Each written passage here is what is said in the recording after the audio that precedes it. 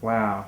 I want to go back into your gym and talk a little bit about the evaluation process that you go. I know that there's a lot of institutes out there or gyms out there that have sort of a one-size-fits-all type of exercise program that they give everything. And the fact is that everybody's individual. Everybody's body is individual. And so I know that you guys go through a rigorous evaluation process where you actually screen everybody that you go through. Can you comment on that? Yes. You know, first of all, we're as different on the inside as we are on the outside. So when you walk through a crowd of people and you see how radically different they are, whether it be body size, shape, racial and ethnic origins, skin color, eye color, we're that different on the inside, okay? The key feature that I want to point out here is that stress is the #1 factor that has to be looked at. And because each of us comes from different racial backgrounds, different ethnic backgrounds, different cultural backgrounds, different religious backgrounds, and different family backgrounds, and we all have different genetics, what stresses you and causes your body to react negatively to the stress, maybe, you know, a tension headache, or low back pain, or disrupted digestion, or the inability to sleep well at night because your life is too challenging at the moment, or you're trying to juggle too many things. The same stresses that put you in that situation may not bother me at all, but what bothers me may not bother you. So in order for me to design a health and exercise program for anyone, I have to identify where their level of stress is. How stressed are they? How stressed are they physically? How stressed are they emotionally, mentally, and spiritually? The reason I have to do that is because at the cellular level, your cells can't differentiate working out too hard, not working out enough, and going through a divorce and eating junk food. The reality of it is that the stress reaction in the human body is not only accumulative, but the result of any form of stress, from marital stress to religious stress to exercise stress to relationship stress, is the elevation of stress hormones. The stress hormones create an environment on the inside as though you were running or fighting for your life. When the stress hormones are elevated, it shifts you into your left brain hemisphere. That's the hemisphere of doing what you've always done. So the instant that you're under stress, your creativity, your ability to solve problems with new and effective solutions is shut down completely, okay? So we're in a weird situation right now because we've got major environmental and life crisis problems facing us that will affect the entire of humanity.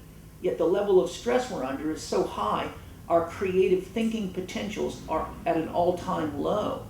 Einstein said you can't solve a problem with the same thinking that created it. So what we've got to do, and what I do here at the Institute, is I look at an individual physically, emotionally, mentally, and spiritually, and through a series of questionnaires and physical assessments, movement assessments, and interviews, I identify where the stress is in their life. And I customize an exercise and stretching program and give them the necessary joint mobilizations and things that they need that are in tune with the amount of time, energy, and money that they have. Otherwise, what happens is you get people doing rocket science programs that don't work because it's just another form of stress in their life. And the real reality of it is that most people are of the mindset that in order to change their body shape, and as you know, we're suffering from obesity at the highest rate ever. Over 60% of Americans are obese. So you have people that are now going to the gym attempting to work off this body fat, which is very stressful, yet they don't even have the health to walk across the parking lot without being exhausted. What do you see? Go to a shopping mall. You'll watch people drive around in their car for 20 minutes trying to find a spot next to the door instead of walking the parking lot, right? Finally, they look in the mirror and they see this disaster. They go to a personal trainer who whips them into shape, right? When you've got someone whose level of health and fitness is that low, a gym is a very dangerous place to be. Not to mention the fact that 85% of Americans are on medical drugs, and most of the exercise professionals have no knowledge of what that's doing to their bodies, to their physiology, to their psychology, to their perception of pain, to their perception of movement.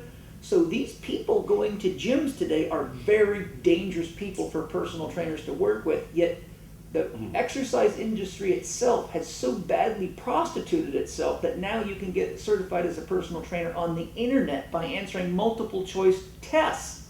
The same way you can buy an organic certification for money and have to meet no criteria, we now have a huge, giant emerging profession called personal training that is full of people that haven't got a clue what they're doing, yet doctors and therapists don't put weights on people's back and have them do walking lunges and throw medicine balls at them while they're kneeling on Swiss balls.